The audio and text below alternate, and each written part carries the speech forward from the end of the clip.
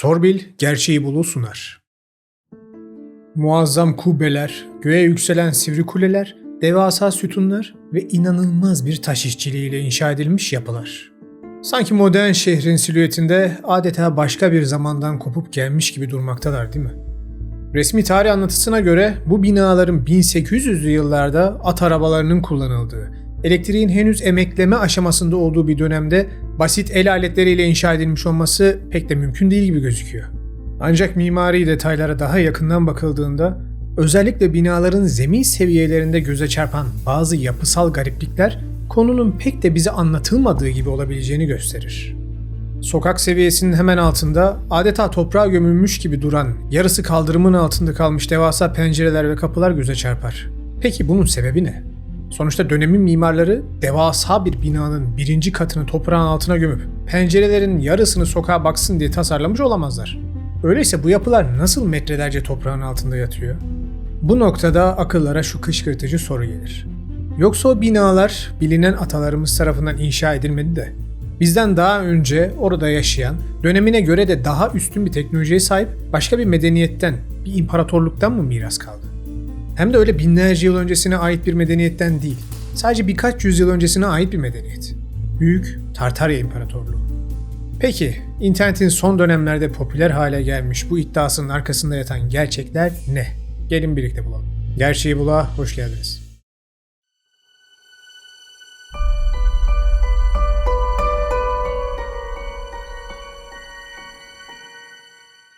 ...20. yüzyılın başlarında yapılan kazılarda bize bu unutulmuş medeniyetin nedenli ileride olduğunu anlatan bazı metinler bulundu. Ve bu sayede özellikle Tartarya'nın eğitim konusunda ne kadar gelişmiş olduğunu anladık. Yapay zeka öğretmenler, yüzlerce eğitime online erişim sistemi, küresel çapta sertifika programları ve bunların hepsini halka neredeyse yok pahasına veren fiyatlar.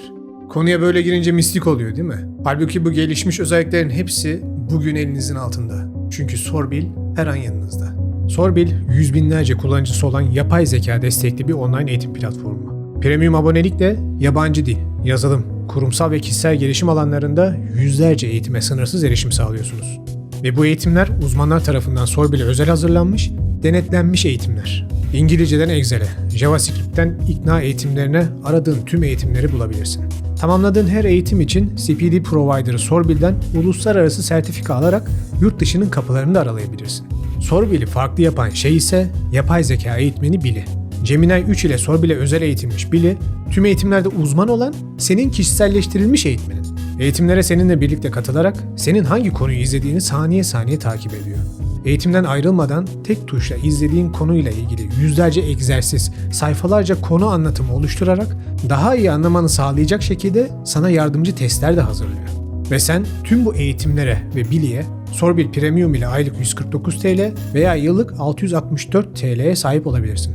Ama kanalıma özel gerçek 30 kupon kodunu kullanarak %30 ek indirimle yıllık abonelik alırsan o da yalnızca 465 TL'ye geliyor. Eskiler ne kadar gelişmişti bilinmez ama şu bir gerçek ki kendine yatırım yapan ve geliştiren herkes her çağda bir adım önde olur. Siz de gelişim yolculuğuna hemen bugün aşağıdaki linklere tıklayarak Sorbil'e üye olarak başlayın. Tarihin ne yazık ki kazananlar tarafından yazıldığı evrensel bir gerçek. Peki ya kazananlar sadece bir savaşın değil, bütün gerçekliğin, zaman çizelgesinin ve insan hafızasının şekillendiricileri ise? Son yıllarda özellikle görsel ağırlıklı sosyal medya platformlarında çığ gibi büyüyen kayıp Tartarya medeniyeti komple teorisinin kalbinde yatan ana fikir tam olarak budur. Bu iddiaya göre çok da uzak olmayan bir geçmişte, muhtemelen 1800'lerin ortalarına kadar tüm dünyayı kapsayan, barışçıl, son derece gelişmiş ve sınırları Asya'nın kalbinden Amerika'ya, Avrupa'dan Afrika'ya kadar uzanan devasa bir küresel imparatorluk hüküm sürmekteydi. Anlatılan bu alternatif gerçeklikte Tartarya medeniyeti günümüzün vahşi kapitalizm, kıtlık bilinci ve fosil yakıt sömürüsü üzerine kurulu düzenden tamamen farklı bir boyutta varlığını sürdürmekteydi. Günümüzdeki gibi fosil yakıtlara, nükleer santrallere veya merkezi elektrik şebekelerine ihtiyaç duymuyorlardı. Şehirler, atmosferdeki eterik enerjiyi toplayıp kablosuz ve sınırsız bir biçimde dağıtan antik tek yani antik teknoloji adı verilen bir sisteme sahipti. Hatta bu sistemin işleyişi oldukça detaylı bir şekilde tasvir edilir. Şehirlerin silüetini süsleyen görkemli kubbeler, yüksek sivri kuleler, obeliskler ve devasa çan kuleleri aslında mimari birer süs değil, fonksiyonel birer enerji istasyonuydu. Piyozomanyetik özellikler taşıyan, kuvars bakımından zengin taşlar, iletken bakır kaplamalar ve civa kullanılarak inşa edilen bu yapılar, atmosferin potansiyel gradyanından statik elektrik üretiyordu. Bugün kilise veya katedral olarak bilinen yapılar, dini ritüeller için değil, rezonans merkezleri ve şifa hastaneleri olarak kurgulanmıştı. Özellikle katedrallerdeki devasa orglar ve dev çanlar, ley hatlarının titreşimlerini arttırarak ses frekansı teknolojisiyle insanları hücresel boyutta iyileştiren bir şebekenin parçasıydı. Örneğin bu teoriyi savunanlar, Norveç'teki St. Paul Kilisesi gibi spesifik yapıların dünya dışı frekansları yeryüzüne çeken enerji vorteksleri olduğunu iddia ederler. Bu eşsiz sistemin yok edilmesi, insanlığı enerji şebekelerine ve bankalara bağımlı kılmak isteyen küresel yapıların temel motivasyonu olacaktı. Dünyanın dört bir yanına dağılmış olan geometrik harikalar, yani 12 köşeli kusursuz tasarıma sahip yıldız kaleler, bu devasa kablosuz enerji şebekesinin ana düğüm noktalarıydı. Kuş bakışı bakıldığında fraktal bir kar tanesi gibi görünen bu yapılar, elektromanyetik enerjiyi depolamak ve yeraltı akiferlerindeki suyu kullanarak devasa bir titreşim alanı yaratmak için inşa edilmişti. Fakat bu ütopik medeniyetin sonunun çok ani ve korkunç olduğu iddia edilir. Dünyayı kontrol etmek, insanlığı bedava enerjiden mahrum bırakarak paraya ve dolayısıyla modern bir kölelik sistemine mahkum etmek isteyen karanlık bir elit zümre, bu imparatorluğu yok etmek için küresel bir felaket tetiklemişti. Literatürde adı Büyük Çamur Seli, yani Mud Flood olarak geçen bir çeşit tufan. İddialara göre göklerden ya da yer altından gelen devasa çamur dalgaları bu dev bölgeyi kaplamış, şehirlerin metrelerce derinliğinde balçağa gömmüş ve Tartarya nüfusunun neredeyse tamamını yeryüzünden silmişti. Bugün o eski binaların alt katlarında görünen toprağa yarı gömülü pencereler ve kapılar, işte bu çamur selinin donup kaldığı seviyeyi gösteren en büyük fiziki kanıt olarak insanlara sunuluyor. Yüzyılın ortalarında çekilen o ilk siyah beyaz fotoğraflardaki bomboş şehir sokakları, devasa taş binaların önünde at arabalarıyla çamur içinde gezen ve o binaları yapmış olmaları imkansız gibi duran perişan kılıklı insanlar bu teorinin görsel dayanaklarını oluşturur. Hani yolunuz Mısır'a düştüyse bir piramitlere bakarsınız, bir de harap haldeki Kahire şehrine bakıp ya bu adamlar bu halden bu hale nasıl geldiler dersiniz ya, işte o tarz bir tezatlık o siyah beyaz fotoğraflarda da sizi yakalar. Arkada olağanüstü estetik yapılar, önde sefalet içinde insanlar. İşte bu iddiaya göre o insanlar o binaları inşa etmemişlerdi. Onlar felaketten sonra şehirlere getirilip yerleştirilen, geçmişi unutturulmuş, devraldıkları bu muazzam yapıların sadece mirasçıları olan bir köle sınıfıdır. Bu sırrı şu an ekranda gördüğünüz ve gerçekten gerçek olan ve bize Tartarya medeniyetini gösteren haritadan yola çıkarak çözen elitler ise, yıkımın hemen ardından dünya üzerindeki bu medeniyetten kalan tüm mimari yapıları ve teknolojileri sahiplenmiş ve insanlara bunların çok uzun zaman önce ilkel şartlarda yapıldığına dair sahte bir tarih dikte etmişlerdi. Sonuçta haber kaynakları adamların, matbaalar adamların, akademik kontrol adamların. 2-3 nesilde kendi sahte tarihlerini topluma çok rahat empoze edebilirler, değil mi? Ki Tartarya komplo teorisini savunanlar için de gerçekten her şey tam da bu şekilde olmuştu. Hem de çok daha karanlık detaylarıyla.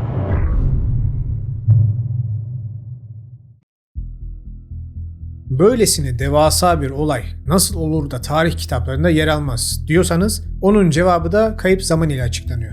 Fantom zaman ya da kayıp zaman hipotezi takvimlerin manipüle edilmesi olayıdır. Ve iddialara göre Tartarya medeniyetinin kayıtlarını silmek isteyenlerin tarihi 1000 yıl kadar ileri sarmalarıyla gerçekleştirilmiş. Eski binaların veya belgelerin üzerindeki tarihlemede yer alan ve bir rakama olarak okunan karakterin aslında İesus, İsa veya J harfi olduğu savunulur. Örneğin 1700 yıllarda yapıldığı söylenen bir eserin aslında İ700, İsa'dan sonra 700. yıl olduğu, aradaki 1000 yılın tarihsel boşlukları doldurmak ve sahte bir ilerleme algısı yaratmak için takvime eklendiğini öne sürerler. Hikaye ise aslında daha garip bir anlatımıyla devam eder. Geçmişin silinen şehirleri ve koca bir öksüz çocuk nesli. Çamur seli medeniyeti yıktıktan sonra geriye devasa, çamur içinde kalmış boş şehirler kaldı. Tartarya teorisyenleri 1840'lar ve 1850'lerde çekilen ilk fotoğrafları, özellikle daguerreotip kareleri inceleyerek Paris, Londra, New York gibi devasa metropollerin sokaklarında neden tek bir insan bile olmadığını sorgularlar. Bu fotoğraflardaki at arabalarının yarattığı derme çatma çamurlu yollar ile arkalarındaki muazzam taş yapılar arasındaki uyuşmazlık ise iddianın temellerinden birini oluşturur. İddiaya göre bu ilk fotoğraflar felaketten hemen sonra çekilmişti. Hayatta kalan elitler insansızlaştırılmış dev şehirlere ilk kez girip ganimetleri paylaşıyorlardı. Ve bu kadar devasa Tartarya yapısını bir anda yok etmek şüphe çekeceğinden yeni düzenin kurucuları dahiyane bir plan yaptılar. Dünya fuarları. Özellikle 1893 Chicago Columbian Fuarı, 1904 St. Louis Fuarı ve 1985 San Francisco Panama Pasifik Uluslararası Fuarı bu antik kalıntıları sözde geçici olarak inşa edilmiş sergi alanları kisvesi altında halka göstermek için düzenlendi. Teorisyenlere göre at arabası kullanan, kanalizasyonu bile olmayan 19. yüzyıl toplumunun sadece 1-2 yıl içerisinde bu kadar ihtişamlı, kubbeleri göğe yükselen, kablosuz elektrikle aydınlatılan, göller ve kanallarla bezeli devasa neoklasik şehirler kurması imkansızdı. Bu yapılar zaten binlerce yıldır oradaydı. Tartarya İmparatorluğu'nun başkentleriydi. Fuar adı altında birkaç ay sergilendiler ve ardından sırlarını sonsuza dek gizlemek için dinamitlenerek veya gizemli büyük yangınlarla Chicago Fuarı'nda ve Seattle Fuarı'nda olduğu gibi kül edildiler. İddialar sadece bununla da bitmiyor. Nüfusun yok edilmiş bir dünyayı köleleştirilmiş yeni bir düzenle yeniden inşa etmek için temiz zihinli, geçmişi olmayan bir popülasyona ihtiyaç vardı. İşte tam da bu noktada komplo, Amerikan tarihinin gerçek ve sarsıcı bir parçası olan yetim trenleri olayıyla birleşir. 1854 ile 1929 yılları arasında Amerika'nın doğu yakasındaki kalabalık şehirlerden, çoğunlukla da New York'tan, toplanan 250 binden fazla sahipsiz veya ailesinden koparılmış çocuk, trenlerle Orta Batı'nın kırsal bölgelerine gönderildi. Bu gerçek bir olay. Ancak Tartarya anlatısına göre bu insani bir yardım projesi değildi. Küresel sıfırlamanın en acımasız adımıydı. Çamur selinden sağ kurtulan veya elitler tarafından laboratuvarlarda kuluçka merkezlerinde üretilen bu çocukların isimleri silindi, geçmişleriyle bağları koparıldı ve onlara sahte bir tarih öğretilerek yeni sistemin ucuz iş gücü haline getirildiler. Geçmişini hatırlamayan bu nesil, antik Tartarya'yı tamamen unutan ve at arabalarıyla o devasa taş yapıları kendilerinin inşa ettiğine inandırılan ilk modern köleler oldu. Ve dünyada halen o hafızası silinmiş çocukların soyundan gelen modern köleler olan bizleriyle devam ediyor. Ve halen de birileri bizi bu sahte tarihle uyutuyor. Evet, bunca detaylı anlatımdan sonra sanırım sorulması gereken esas soru şu. Peki tüm bunlar gerçekten böyle mi oldu? Toprak altında yapılar, çağının ötesinde tasarımlar, gerçekten yaşanmış bir kimsesiz çocuklar nesli ve interneti kasıp kavuran 19. yüzyıla ait fotoğraflar. Bağlantıları her şeyi hızlı tüketmeyi seven ama sorgulamayı sevmeyen internet nesli için gizemli görünse de bu teorinin kökenlerine inildiğinde binlerce yıllık kayıp bir imparatorluktan ziyade oldukça modern ve politik bir kurgunun izleri karşımıza çıkar. Hem de son derece düşük seviyede bir kurgu. Tartarya efsanesi, silinmiş tarih fikri, onu ilk kez ortaya atan Rus matematikçi Anatoly Fomenko'nun 1970'ler ve 1980'lerde kaleme aldığı Yeni Kronoloji adlı sözde tarihi çalışmalarına dayanmaktadır. Fomenko, dünyadaki tüm tarihi olayların kronolojisinin Roma ve Batı Kilisesi tarafından kasıtlı olarak uzatıldığını, aslında Antik Çağ ve Orta Çağ olaylarının çok daha yakın zamanda gerçekleştiğini savundu. Kendi hesaplamalarına göre dünya tarihindeki en büyük medeniyet bir Rus ordusuydu. Nasıl bir hesaplama yaptığını anlayan bizi de aydınlatsın. Fomenko'nun bu fikirleri 1990'larda ve 2000'lerde Rus okültist ve yazar Nikolay Levashov tarafından alınıp ırkçı ve mistik bir boyuta taşındı. Levashov, Tartarya'nın asıl ve kadim Slav-Aryan İmparatorluğu olduğunu ve batılı güçler tarafından kasıtlı olarak haritalardan silinip unutturulduğunu iddia etti. Başlangıçta aşırı milliyetçi bir Rus propagandası olarak doğan bu iddialar, bizzat Rusya Coğrafya Kurumu tarafından aşırılıkçı bir fantazi olarak nitelendirilerek reddedildi. Ancak teori 2016 yılından itibaren milliyetçi Rus bağlamından tamamen koparılarak Reddit, YouTube ve TikTok gibi platformlara sıçradı ve burada görsellerle beslenen, kanıtlardan ziyade hislere ve estetik nostaljiye hitap eden saçma konuları öne çıkaran algoritma destekli küresel bir açık kaynak komplo teorisine dönüştü. Uzmanların mimarinin kanonu olarak adlandırdığı bu akım binlerce internet kullanıcısının anonim olarak sürekli yeni hikayeler eklediği devasa bir mitoloji haline aldı ve işler kontrolden çıktı. Aslında o size gösterdiğim gerçekten gerçek olan harita tüm bunların elle tutulur tek kanıtı. Ancak onun bile bu hikayeyle zerre alakası yok. Eski haritalarda Asya'nın büyük bir kısmını kaplayan Tartarya veya Tartari etiketinin bulunması bu isimde bir küresel hükümetin varlığını kanıtlamaz. Bu durum Avrupalı haritacıların Hazar Denizi'nden Pasifik Okyanusu'na kadar uzanan, o dönemde kendileri için henüz meçhul olan devasa toprak parçasına verdikleri Latince genel bir coğrafi tanımdan ibarettir. İsim, 13. yüzyıldaki Moğol istilalarıyla Avrupa'nın tanıştığı ve ağırlıklı olarak Türk dilleri konuşan Tatar halkından gelmekte. Avrupalılar Yunan mitolojisindeki yeraltı cehennemi olan Tartarus kelimesiyle Tatar kelimesini zihinlerinde birleştirerek onlara göre barbarların yaşadığı korkunç yer düşüncesiyle bölgeye fazladan bir R harfi eklemişler ve Tartarya adını vermişler. 19. yüzyıla gelindiğinde Rus ve Çin imparatorlukları bu alanları adım adım keşfedip daha detaylı haritalandırınca bölge haritalarda Mançurya, Sibirya ve Türkistan gibi spesifik isimlerle anılmaya başlandı ve Tartarya terimi işlevini yitirerek kullanımdan düştü. Yani ortada silinen bir imparatorluk değil, cehaletin yerini alan detaylı coğrafi bilgi söz konusu. Meşhur Çamur Seli'nin yapıları yuttuğu iddiasına gelelim. 19. yüzyılda ve hatta 20. yüzyılın başlarında bile mimari ve şehir planlamacılığını incelediğimizde o yarıya kadar gömülü pencerelerin çok basit, hayati ve lojistik sebepleri olduğu ortaya çıkar. 19. yüzyılda ve öncesinde elektrik yaygınlaşmaya başlamıştı ve binaların büyük bodrum katları vardı. Bu katlar mutfak, depo, hizmetçi odaları ve en önemlisi kömür depoları olarak kullanılıyordu. Koca binaları ısıtmak için tonlarca kömüre ihtiyaç vardı. Ve bu kömürleri doğrudan sokağın zemininden bodruma boşaltmak o pencereler sayesinde yapılıyordu. Ayrıca bu bodrumların hava ve gün ışığı alması için sokak seviyesinde ışıklık denilen boşluklar da tasarlanıyordu. Ancak bunların dışında da daha da ilginci bazı şehirlerin gerçekten fiziksel olarak yükseltilmiş olmasıdır. 1850'lerde Amerika'nın parlayan yıldızı Chicago, Michigan Gölü'nün hemen kıyısında bataklık bir zemin üzerine kurulmuştu. Şehir büyüdükçe drenaj sistemi çökmüş, sokaklar çamur deryasına dönmüş ve kanalizasyon eksikliğinden dolayı şehir çapında kolera ve tifo salgınları binlerce insanın canını almıştı. Bunun üzerine Alice Chesbrough adında bir mühendis inanılmaz bir plan sunarak 1950'ler ve 60'lar boyunca koca bir şehrin binalarını, sokaklarını ve kaldırımlarını devasa hidrolik kirikolar ve vida kirikoları kullanarak 1 ila 4 metre arasında havaya kaldırmıştır. Altlarına modern kanalizasyon sistemi döşenmiş ve sokaklar toprakla doldurularak yeni seviyesine yükseltilmişti. Benzer bir kaderi Seattle şehri de yaşamış. Sürekli su basan şehir merkezi terk edilip eski şehrin üzerine yeni bir zemin inşa etmişler.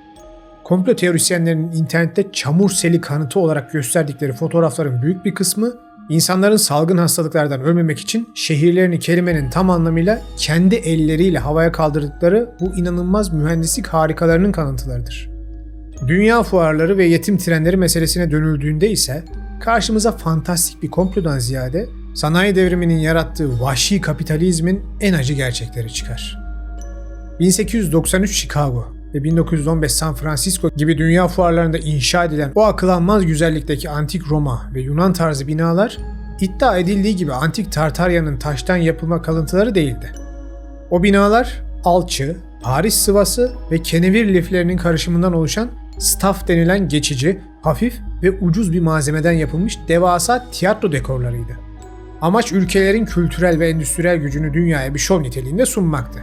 Zaten ahşap iskeletler üzerine giydirilmiş alçıdan ibaret oldukları için fuar bitince de hızlıca sökülmüşler veya yangınlarda kolayca kül olmuşlardı.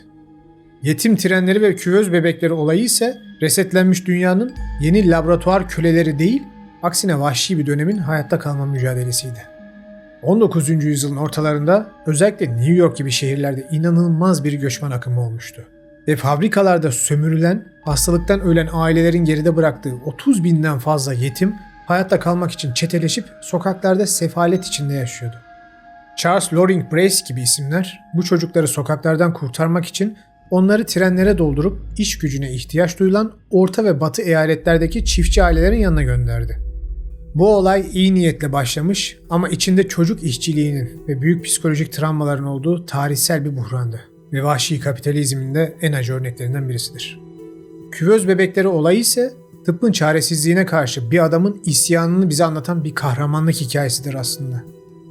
O dönemler prematüre bebekler hastanelerde zayıf görülüp ölüme terk edilirken Martin Koyne adında bir doktor bu bebekleri yaşatmak için Avrupa'dan getirdiği küvöz teknolojisini kullandı. Hastaneler sırf maliyet altına girmemek için bu sistemi reddedince Koyne de bebeklerin yüksek bakım masraflarını karşılayabilmek için bu küvezleri Koyne Adası panayırında ve dünya fuarlarında sergileyerek halktan para topladı. Topladığı o çeyrek dolarlarla da 7.000'den fazla prematüre bebeğin hayatını kurtardı. Yani ortada saçma iddialardaki gibi bir klonlama veya nüfus resetleme yoktu. Sadece sanayi devriminin öğüttüğü hayatlar ve o acımasızlık içinde bir avuç insanın yaşatma mücadelesi vardı.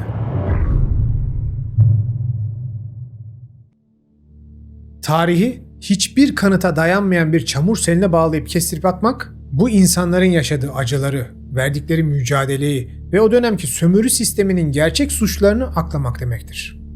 Boş sokak görüntüleri ise aslında basit bir fotoğrafçılık tekniği. Uzun pozlama sayesinde görüntüde hareket eden küçük cisimler kaybolur ve daha ziyade sabit duran büyük cisimler kalır. Bu sayede fotoğrafçı hem ışık dengesini yakalar hem de istenmeyen unsurları temizler. Bunu telefonunuz bile yapabiliyor. Çok basit ama etkili bir tekniktir. Hikaye boyunca dikkatinizi çektiyse, insanlar bu yalan konuya önlerine gelen her komplo teorisinden bir parça eklemişler. Havadan elektrik çeken kuleler aslında Tesla'nın Wardenclyffe teknolojisidir ve gezegen çapında enerji dağıtım hattına sahip ileri bir medeniyet anlatısı ise tufan öncesi medeniyetini kapsayan bir konudur. Çamur seli iddiası bildiğiniz tufan anlatısının hikaye için modifiye edilmiş halidir. Benliği silinmiş köle çocuklar anlatısı günümüz parasal sisteminin beyaz yakalılar ve mavi yakalıları nasıl sömürdüğünün bir alıntısıdır. Eski binaların köşe taşlarında veya belgelerde görünen I veya J harfiyle başlayan tarihlerin takvime kasıtlı olarak 1000 yıl eklediği anlamına geldiği iddiası da tamamen paleografi ve tipografi bilgisizliğine dayanır. 17. yüzyılın öncesinde ve Latin alfabesinin matbaa uyarlandığı erken modern dönemde I, J ve 1 karakterlerinin yazım standartları günümüzdeki gibi netleşmemişti. Roman rakamlarından Arap rakamlarına geçiş döneminde matbaa dizgelerinde bir rakamını temsil etmek için I veya J harfinin kullanılması standart bir tipografik gelenekti. Yani İsa'nın adının baş harfiyle alakası yoktu. Ha bu arada bu kayıp zaman olayı da aslında yine başka bir komplo teorisi olan Roma İmparatoru 3. Otto'nun takvimlerde oynama yaptığı ile ilgili bir konudur. Ve gerçekten bu Tartarya'dan bağımsız oldukça ilginç bir konudur. Onun da videosunu yapacağım. İşin daha acısı ise bu iddianın arkasındaki psikolojik nedenleri araştırdığımızda karşımıza çıkıyor. Bana göre bu fenomen modern insanın estetik yozlaşmaya, hızlı ve ruhsuz kentleşmeye, giderek yabancılaştığı teknolojiye ve üniter toplumdan kopuşuna karşı duyduğu derin bir hoşnutsuzluğun ve geçmişe duyulan melankolik bir nostaljinin sembolü.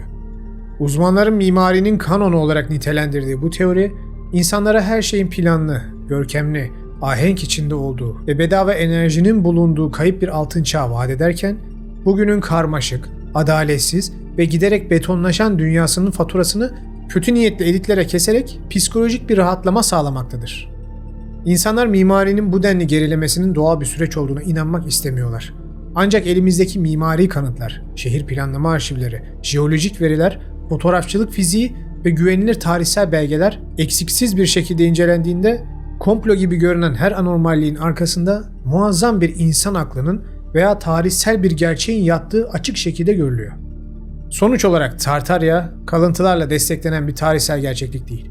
Komplo arayışı, internet algoritmaları, görsel yanılsamalar ve estetik özlemin kusursuz bir fırtınada harmanlanmasıyla ortaya çıkmış 21. yüzyılın modern ama sığ mitlerinden biridir.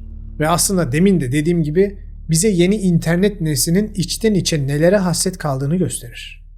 Ama ne yazık ki bu sahte gerçeklikte kaybolduğunuz zaman aslında o görkemli yapıları hiçbir modern teknoloji olmadan tamamen kendi kısıtlı fiziksel imkanlarıyla inşa eden, salgın hastalıklardan kurtulmak için koca bir şehri dev kirikolarla havaya kaldıran ve dünyayı kendi nasırlı elleriyle şekillendiren o dönemin sıradan insanlarının ve mühendislerinin inanılmaz başarılarını takdir etmek yerine "Ya ben ne dandik bir çağa denk geldim ya of" deyip depresyona girip yitip gidersiniz. Gerçek tarih herhangi bir komplonun hayal edebileceğinden çok daha karmaşık, zorlu, büyüleyici ve kesinlikle çok daha gerçektir.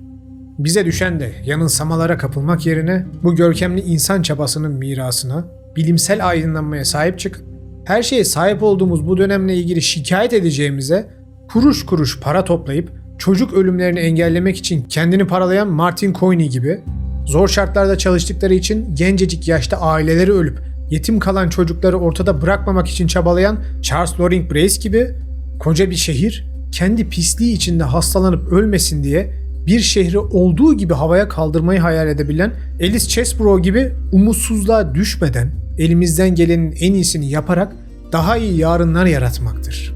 İşte bu yüzden internette gördüğünüz her güzel hikayenin peşinden sırf kolay olduğu için gitmeyin. Arkasında yatan esas kahramanları, esas hikayeyi araştırın, sorgulayın ve gerçeği bizzat kendiniz bulun. Videoyu izlediğiniz için hepinize teşekkür ederim. Aslında yapmayı hiç düşünmediğim bir videoydu. Çünkü cidden çok sığ dayanakları var. Ama şaşırtıcı bir şekilde internette yayıldı. Ve cidden bu konunun videosunu yapmam için sizlerden bayağı bir mesaj aldım. O yüzden ele almak istedim. Umarım bazı şeyleri daha iyi anlamanıza faydalı olmuştur. Bir sonraki videoda görüşmek üzere. Kendinize iyi bakın.